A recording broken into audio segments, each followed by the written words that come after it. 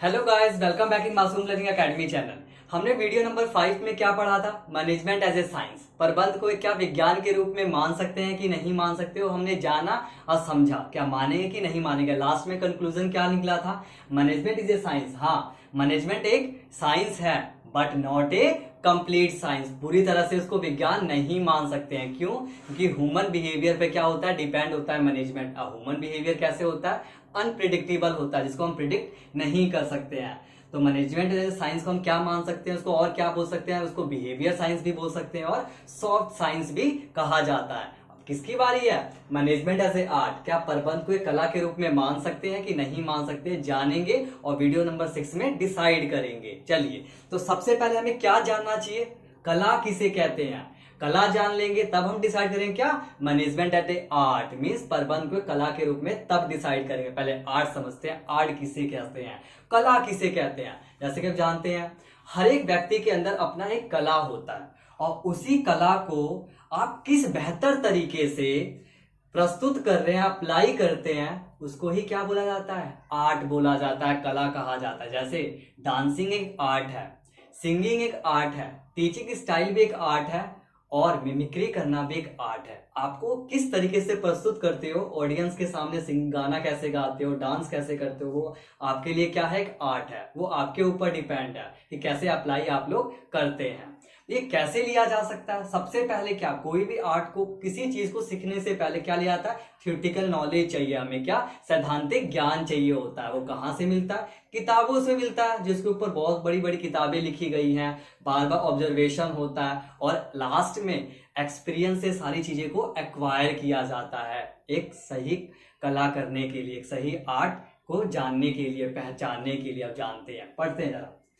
Management as a art, प्रबंध एक कला के रूप में। Art refers to the skilful and personal application. एक ऐसा स्किल होता है जिसमें क्या करना पड़ता है? अपना व्यक्तिगत प्रयोग, अपने हिसाब से, अपने विवेक के हिसाब से कुछ चेंजेस करना पड़ता है। मैं एग्जांपल से रिलेट करूंगा आपको कैसे। ऑफ एक्सिस्टिंग नॉलेज, जो भी आपके पास पहले से दिया हुआ ज्ञान है, टू अचीव डिजायर रिजल्ट। और उसके बाद भी आप क्या करते हैं? रिजल्ट लाते हैं। और ये कैसे एक्वायर किया जाता है? It can be acquired through study से, ऑब्जर्वेशन से, या लास्ट में बार बार एक चीज को प्रैक्टिस करोगे तो एक्सपीरियंस तो हो ही जाएगा, एक्सपीरियंस तो आ ही जाएगा अपने अंदर। अब मैं आपको एग्जांपल बता रहा हूँ। मान लीजिए सिंगिंग है। जब हम गाना गाते हुए सीखते हैं तो सबसे पहले हमें क्या करना पड़ता है? रियाज करना पड़ता है। कैसे? सारे गामा पा, सारे गामा पा। हारमोनियम के सामने बैठते हैं और बजाते हैं सारे गामा पा। वो बार बार रियाज करना पड़ता है। तो उसी रियाज को करने के बाद क्या हो जाता है? व्यक्ति एक अच्छा सिंगर बन जाता है। जैसे लता मंगेशकर जी हैं, उनको भी रियाज करना पड़ा होगा, चाहे रियाज करती हैं। और बहुत सारे सिंगर हैं। डांसिंग, आपको पता है डांसिंग भी क्या है? एक आर्ट है, कला है। डांसिंग के भी अपने अपने अलग अलग स्टेप्स होते हैं। स्टार्टिंग में क्या करना पड़ता है? थ्योरेटिकल नॉलेज लेना पड़ता है कि जो डांस टीचर के पास जाना पड़ता है, स्टेप सीखना पड़ता है। वो क्या है? एक्सिस्टेंस ऑफ थ्योरेटिकल नॉलेज, सिद्धांतिक ज्ञान लेना पड़ता है। ठीक है, डांस के कुछ स्टेप्स आते होंगे, वहां पूरा ज्ञान लेने के लिए क्या करना पड़ता है? हमें डांस एकेडमी को ज्वाइन करना पड़ता है। देखता है कि हमें डांस कैसे सीखना है। इसी वजह से एक स्पीकिंग हो गया। गुड स्पीकर को क्या करना होता है? बार बार अगर बोलने की प्रैक्टिस करेंगे, बार बार भाषण देंगे तो क्या होगा? एक दिन ऐसा आता है कि जो छोटा स्पीकर भी होता है एक दिन बहुत बड़ा स्पीकर बन जाता है। कैसे? एक चीज को बार बार प्रैक्टिस करने से। तो फर्स्ट पॉइंट क्या है? फीचर्स ऑफ आर्ट के जो भी मैं पॉइंट्स बताऊंगा, इसी फीचर्स ऑफ आर्ट के पॉइंट को लेके मैं मैनेजमेंट एट ए आर्ट ट्रीट करूंगा। कैसे? आप देखेंगे जरा। Features of art, first point क्या है? Existence of theoretical knowledge. जैसे कि आपको पता है कि थ्योरेटिकल नॉलेज के लिए बहुत सारी किताबें अवेलेबल होती है। उस किताबों को हम देखते हैं, समझते हैं, पढ़ते हैं और सिद्धांतिक ज्ञान लेते हैं। मीन्स क्या कह सकते हैं? Lots of literature available, like dancing के ऊपर लिटरेचर अवेलेबल है, सिंगिंग के ऊपर है, टीचिंग के ऊपर है और स्पीकिंग के ऊपर है। तो जो लिटरेचर से हम जो पहले स्टार्टिंग में पढ़ते हैं, समझते हैं, जानते हैं क्या, तो सबसे पहले हमें क्या लेना पड़ता है? थ्योरेटिकल नॉलेज मीन्स सिद्धांतिक ज्ञान पहले हासिल करना पड़ता है। ओके, सेकंड पॉइंट क्या है? पर्सनल एप्लीकेशन मीन्स व्यक्तिगत प्रयोग। ठीक है, हम सिद्धांतिक ज्ञान ले लिया, हमने थ्योरेटिकल नॉलेज ले लिया। जो चीज पढ़ा है उसी चीज को पढ़ने के बाद आप उसमें अपने हिसाब से क्या चेंजेस कर रहे हैं वो आपके ऊपर डिपेंड होता है। उसी से क्या होता है? डिजायर रिजल्ट आता है। जैसे मैं दो डांसर की बात कर रहा हूँ जो हीरो, बहुत फेमस हीरो हैं, ऋतिक रोशन और क्या, गोविंदा। दोनों बहुत अच्छे डांस करते हैं और दोनों के डांसों को बहुत ऑडियंस के द्वारा क्या किया जाता है, पसंद भी किया जाता है, क्योंकि दोनों, बट आप देखेंगे दोनों के डांस के स्टेप्स क्या हैं।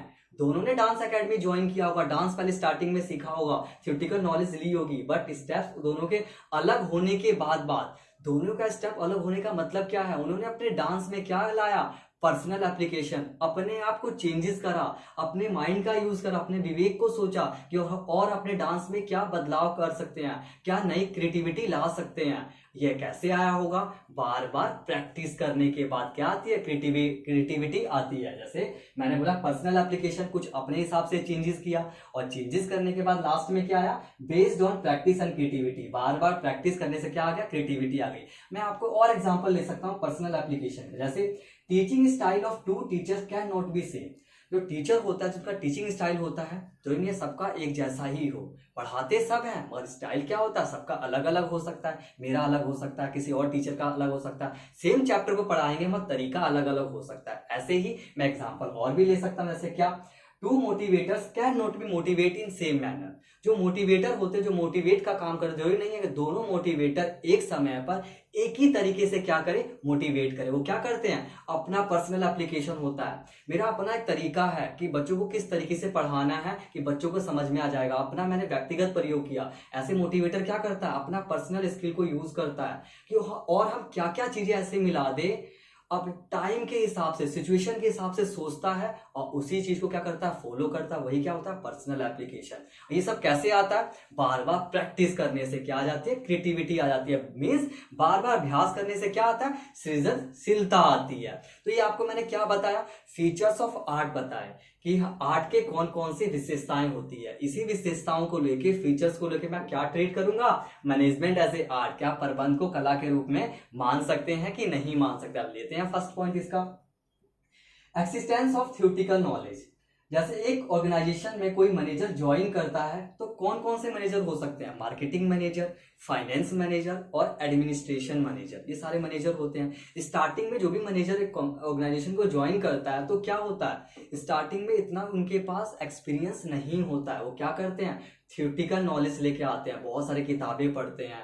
जैसे मैंने आपको बताया हेनरी फ्योल के अपने 14 प्रिंसिपल है, FW टेलर के प्रिंसिपल है, वो सब चीजें पढ़ के आते हैं और उसी प्रिंसिपल को क्या करते हैं, लागू करते हैं ऑर्गेनाइजेशन में। थ्योरेटिकल सिद्धांतिक ज्ञान स्टार्टिंग में लेके उसी प्रिंसिपल को जो पढ़ा है उसी को लागू करते हैं। जो स्टडी करी है, जो पहले से उसके ऊपर ऑब्जर्वेशन हो चुकी है, एक्सपेरिमेंटेशन हो चुका है, उसी को पढ़ के क्या ऑर्गेनाइजेशन में स्टार्टिंग में फॉलो करते हैं। अब बात आती है किसकी, पर्सनल एप्लीकेशन मींस व्यक्तिगत प्रयोग। मान लिया कोई भी मैनेजर ऑर्गेनाइजेशन में थ्योरेटिकल नॉलेज लेके आया है और हेनरी फ्योल के जो भी प्रिंसिपल है, अगर कहीं वो दिक्कत में फंस जाता है, कोई प्रॉब्लम आती है, तो क्या मैनेजर के क्या सामने क्या बात आती है, प्रिंसिपल ऑफ मैनेजमेंट को फॉलो करो और उस दिक्कत को कई हद तक हम दूर कर सकते हैं। जो प्रिंसिपल होते हैं वो क्या करते हैं, रेडीमेड सोल्यूशन देते हैं, नॉट ए परमानेंट सोल्यूशन। वो स्टार्टिंग में बता सकते हैं कि आप इस प्रिंसिपल को फॉलो करोगे तो कई हद तक आप प्रॉब्लम से दूर हो सकते हो, बट परमानेंट सोल्यूशन नहीं देते हैं।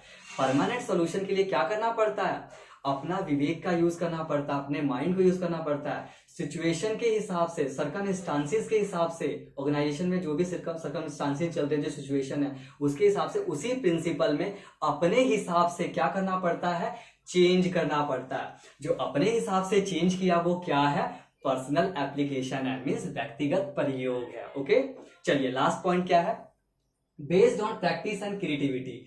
कि मैं हेनरी फ्योल के प्रिंसिपल से आपको एक रिलेट करके बताऊंगा कैसे, based on practice and creativity. मान लिया कोई भी एक ऑर्गेनाइजेशन में कोई मैनेजर जब ज्वाइन करता है तो स्टार्टिंग में उसको थ्योरेटिकल नॉलेज होता है। सबसे पहले क्या, थ्योरेटिकल नॉलेज को लेके ये क्या अपना पर्सनल एप्लीकेशन को यूज करता है और चेंज करता है। जो भी हेनरी फ्योल के प्रिंसिपल हैं वो क्या करता है, ऑर्गेनाइजेशन में लागू की जाती है। क्यों, कहीं मैनेजर कहीं प्रॉब्लम में फंस गया तो उससे मैं एग्जाम्पल से ट्रीट करूंगा तो आपको अच्छी तरह में समझ आ जाएगा। एक प्रिंसिपल है उनका हेनरी फ्योल का, उन्होंने कौन सा डिवीजन ऑफ वर्क ही ले लेते हैं। चलिए, डिवीजन ऑफ वर्क में हेनरी फ्योल जी ने क्या कहा था कि कार्य का विभाजन, काम का डिस्ट्रीब्यूशन इस तरीके से होना चाहिए कि जो व्यक्ति, जो इंडिविजुअल जिस काम में इंटरेस्ट रखता हो उसको वही काम दिया जाना चाहिए। क्यों, कि वो व्यक्ति बार बार सुनो, बेस्ड ऑन प्रैक्टिस, बार बार उसी काम को करेगा, बार बार उसी काम को करेगा, तो उसका क्या होगा, बार बार प्रैक्टिस होगी। जब बार बार प्रैक्टिस होगी तो क्या आ जाएगा, उसके उस काम में क्रिएटिविटी आएगी। जब क्रिएटिविटी आएगी तो उस काम में क्या हो जाएगा, एक्सपर्ट बन जाएगा।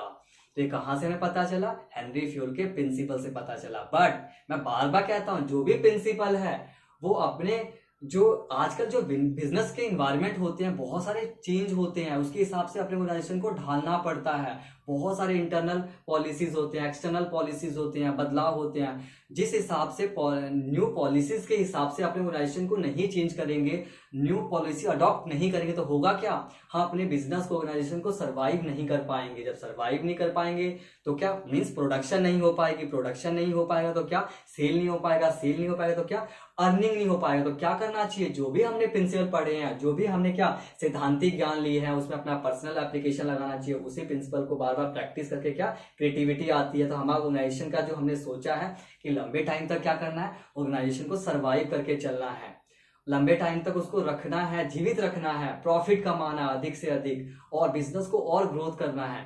तो ये सब हमने क्या पढ़ा, आपको मैं डिवीजन ऑफ वर्क लेके मैंने एग्जांपल के तरीके से आपको बताया कि कैसे क्या कर सकते हैं। तो जो भी हमने फीचर्स ऑफ आर्ट पढ़े, मतलब सारे के सारे फीचर्स आर्ट के क्या कर रहे हैं, सारे कंडीशन को सेटिस्फाइड करते हैं। किसके लिए, मैनेजमेंट एज आर्ट के लिए, प्रबंध को कला के रूप में मानने के लिए सारे कंडीशन क्या कर रहे हैं, सेटिस्फाइड करते हो। लास्ट में कंक्लूजन क्या निकलता है, मैनेजमेंट इज ए आर्ट। हाँ, प्रबंध को हम कला के रूप में मान सकते हैं, क्यों, because it satisfied all the condition of art, क्योंकि ये सारे कंडीशन को संतुष्ट कर रहा है, सेटिस्फाइड कर रहा है, किसके, फीचर्स ऑफ आर्ट के। तो हमने क्या माना कि कला को पूरी तरह से हम मैनेजमेंट मान सकते हैं। ओके, तो फर्स्ट पॉइंट क्या था, नेचर ऑफ मैनेजमेंट का, management as a science. Second point लिया हमने management as a art.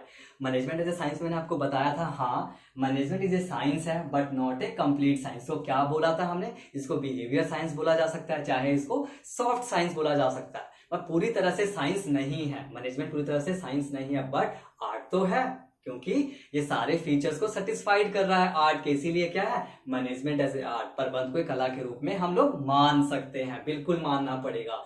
Nature of management एक पॉइंट और आता है, मैनेजमेंट एज ए प्रोफेशन। क्या मैनेजमेंट को हम प्रोफेशन के रूप में ट्रीट कर सकते हैं, क्या प्रबंध को एक पेशेवर के रूप में मान सकते हैं, वो हम देखेंगे, नेक्स्ट वीडियो होगा इसके ऊपर। जब तक आप क्या करिए, इस वीडियो को देखिए, समझिए, लाइक एंड सब्सक्राइब जरूर करिए। Okay, thank you so much, good bye.